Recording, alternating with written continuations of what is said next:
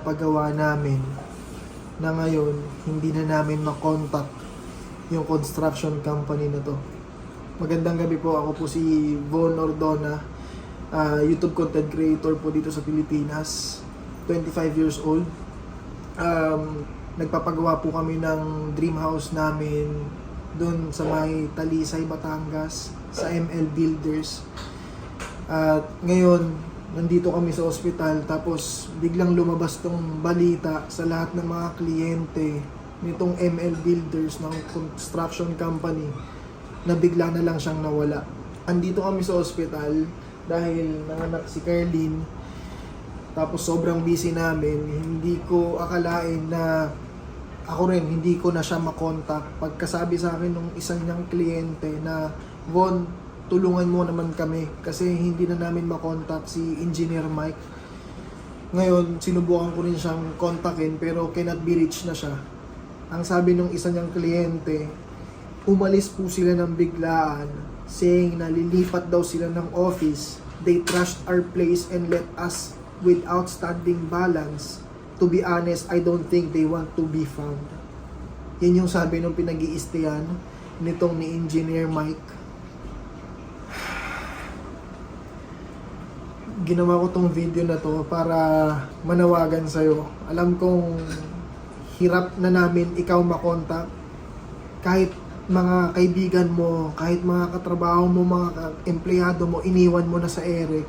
Maski yung pamilya mo, kapatid mo, misis mo na may baby, buntis, iniwan mo rin.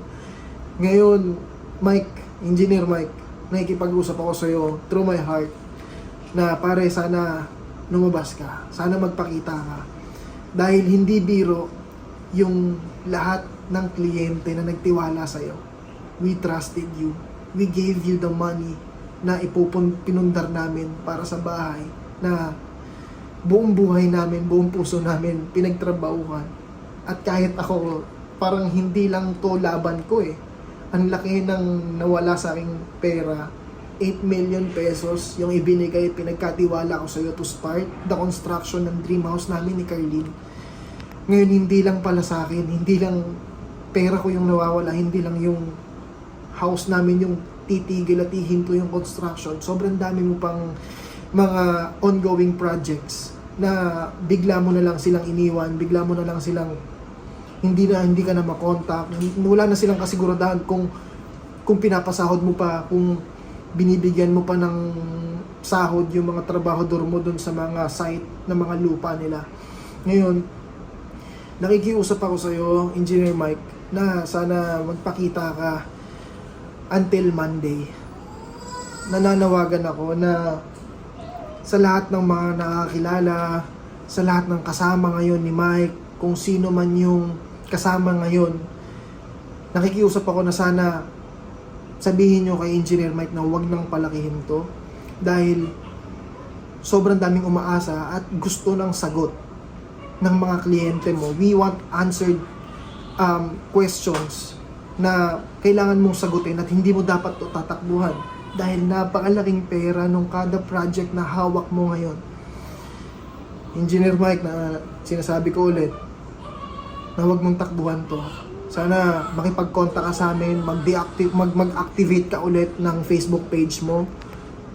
Dapat ma-reach ka namin through your phone until Monday. Kapag hindi ka sa amin nakipag-coordinate until Monday, we will create move-in actions na hindi mo magugustuhan. And hindi lang to sa akin. Buong pamilya ko, hawak ko rin dito. Pangarap namin na bahay, yung ipinagtiwala namin sa'yo. At hindi ako nag-iisa. Napakadami naming kliyente, project na ipinagkatiwala sa'yo.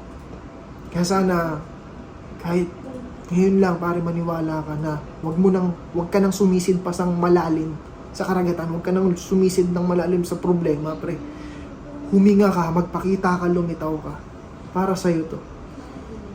Nananawagan ulit ako sa'yo, Engineer Mike, at sa lahat ng mga tao, awareness sa lahat to, na kung meron kayong ongoing na mga transactions with Engineer Mike, that is the guy. Kontakin nyo po ako, personal nyo akong kontakin.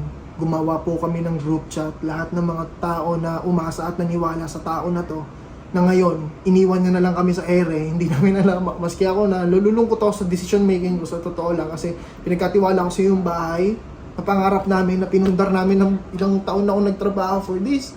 Hindi lang ako nag-iisa, dami namin nagtrabaho para mapundar yung bahay na gusto namin ipagawa. Gamit yung construction company mo, akala namin kaya mo.